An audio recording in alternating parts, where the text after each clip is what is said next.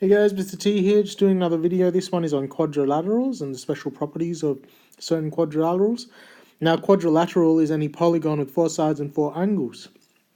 The very first special property, which you're going to use a lot, is the fact that all the internal angles of any quadrilateral add up to 360 degrees. So you might remember for triangles, the 3 angles inside, they add up to 180 degrees.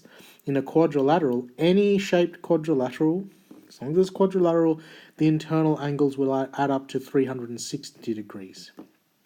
You can double check this in your head because a square, for example, has got 4 90-degree angles. 4 times 90 is 360. Now there's some certain special quadrilaterals you need to be aware of that have special properties, and you're going to use these properties in your geometric reasoning questions, or just in general when you're problem solving. So the first quadrilateral we'll talk about is a parallelogram. A lot of our quadrilaterals that we know are parallelograms anyway, so it's useful to understand what makes a parallelogram to start off with. It's a quadrilateral where the opposite sides are parallel. So there's 4 sides, there's 2 pairs of sides, 2 pairs of opposite sides, so the opposite sides are parallel to each other, which you can see with these markings. So the 2 arrows represent that these 2 sides are parallel to each other, and the single arrows represent those 2 sides are parallel to each other. Now, because they're parallel to each other, that also means that the sides are equal in length. That's represented by the dash there. So those, the sort of vertically facing sides, they're going to be the same length as each other, and the horizontal sides are going to be the same length as each other. So parallel, equal in length. Now, opposite angles are equal in size. So there's 2 pairs of angles, but the pairs are different to each other. But within the pair, they're exactly the same. So what I mean by that, well, this angle here is opposite to this angle here, and they're going to be the same size. But it's not going to be the same as this angle here. You can see, anyway, that this angle is much smaller. So we're going to call that B, and the angle that's opposite to it is right over here in the top right, and that's also going to be the size B. And lastly, diagonals bisect. What does that mean? Well, a diagonal is from one corner to the opposite corner. So that's a diagonal there. And the other diagonal is here. And when you draw them, they cut each other in half. So this diagonal is going to be cut into 2 3-dash lines.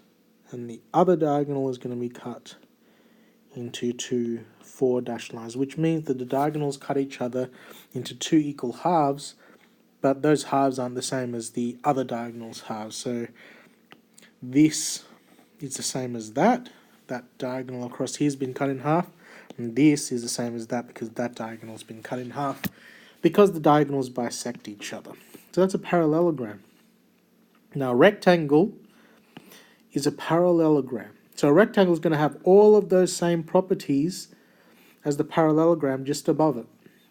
But what makes a rectangle is the angles are all 90 degrees. So the angles are all 90 degrees. You can see by the squares drawn in the corners. The opposite sides are parallel. So that can be indicated with the arrowheads. Those sides are parallel. Why? Because it's a parallelogram anyway. The opposite sides are equal in length. The diagonals bisect.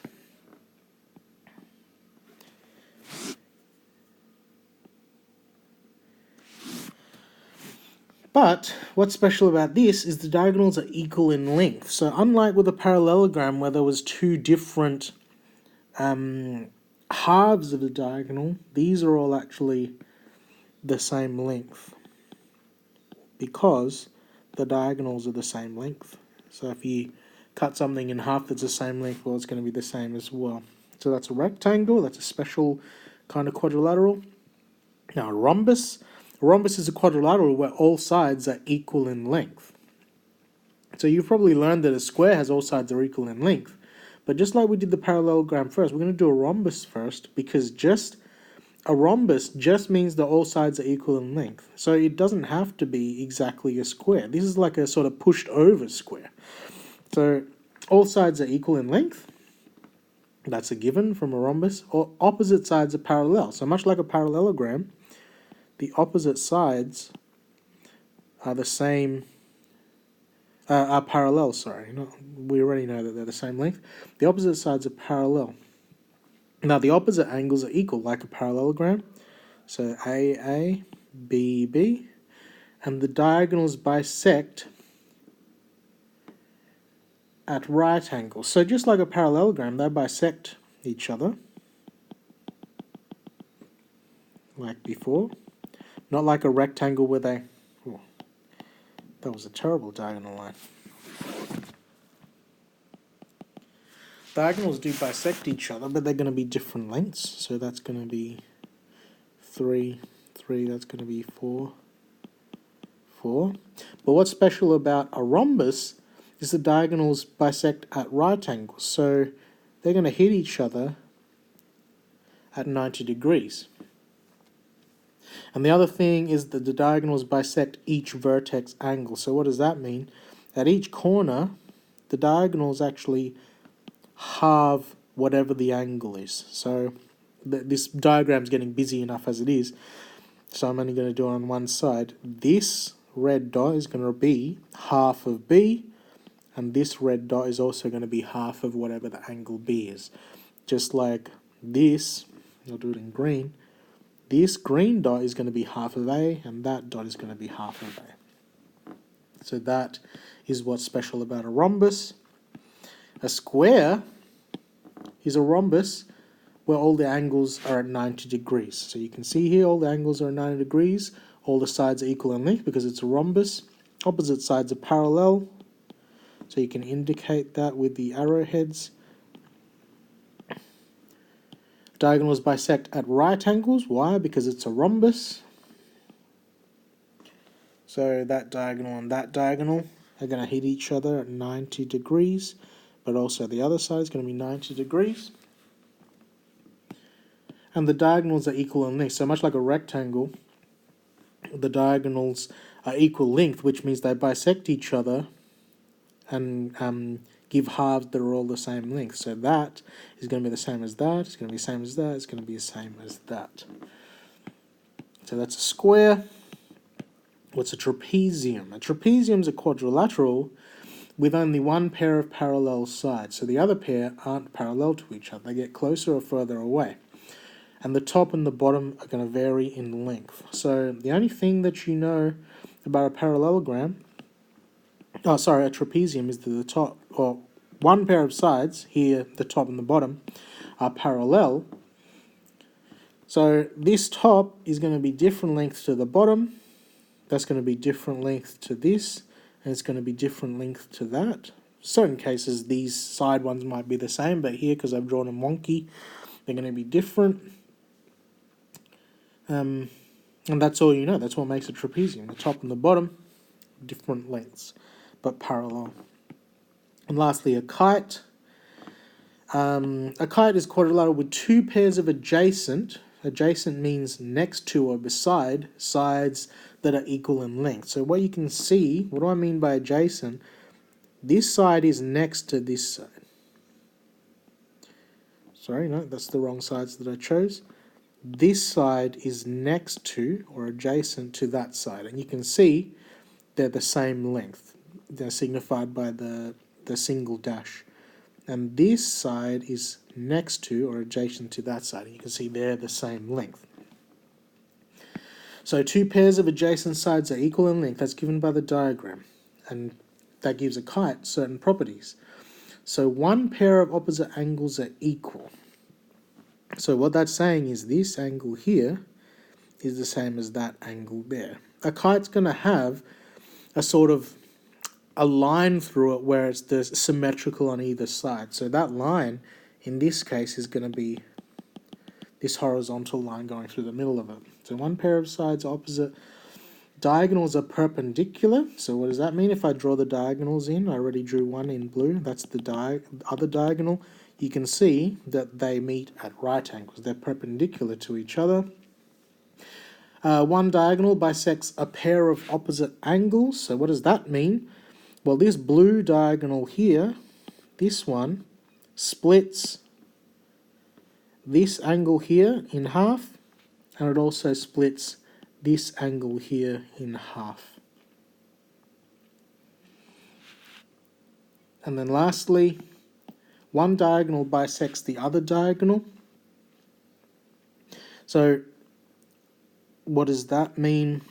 Well, this diagonal here, when I draw the other diagonal through it, you can see that it cuts this red diagonal into two even lengths, right?